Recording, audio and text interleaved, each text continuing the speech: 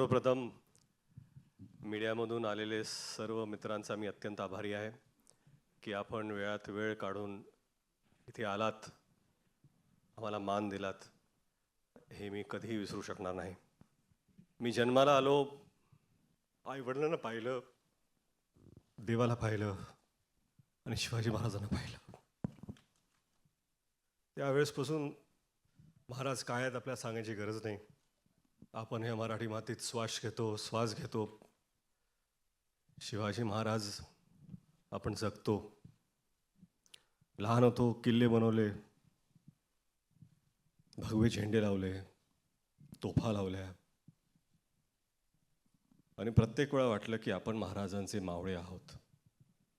आपण महाराज आहोत असं कधीच वाटलं नाही आणि वाटू शकलं नाही.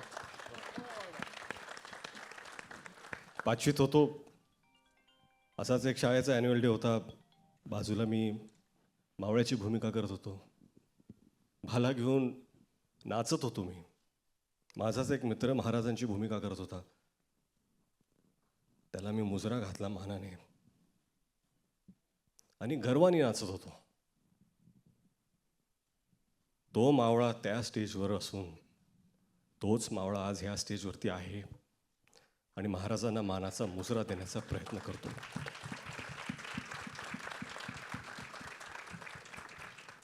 कुठलीही कलाकृती महाराजांवरती आपण जेव्हा करतो, आदरयुक्त, श्रद्धा, आस्था, प्रेम एवढ्याच भावना आपल्या मनात असू शकतात. आज मला असं वाटतं की शिवरूप जेव्हा एखादा लहान मुलगा सुद्धा धारण करतो, स्टेजवरती असो, शाळेत असो, सोसायटीमध्ये असो, दिवाळीत असो, शिवजयंतीला असो, मालिकेत असो, नाटकात असो, कुठल्याही कलाकृतीमध्ये, हे खरं म्हणजे त्या व्यक्तीचं सौभाग्य असतं की ते रूप धारण करण्याची त्याला संधी मिळते.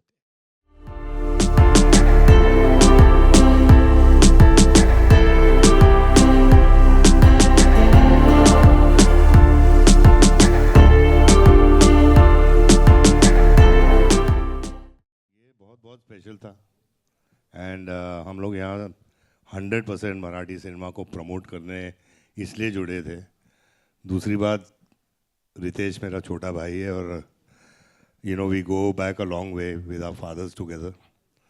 तो इसका बोलना मतलब एक लकीर हो गई थी मेरे लिए. But I really enjoyed working in the film. Thanks to Jyoti, thanks to everybody, thanks to the cast. And मैं अफजल खान की तरह नहीं हूँ यार. मुश्किल था यार बहुत, मतलब डांटता नहीं था लेकिन इसको जो चाहिए वो मांगता ही है. नहीं, but it was a pleasure just to see Riteish. You know, he directed this film so well. He was so dedicated and absolute pleasure.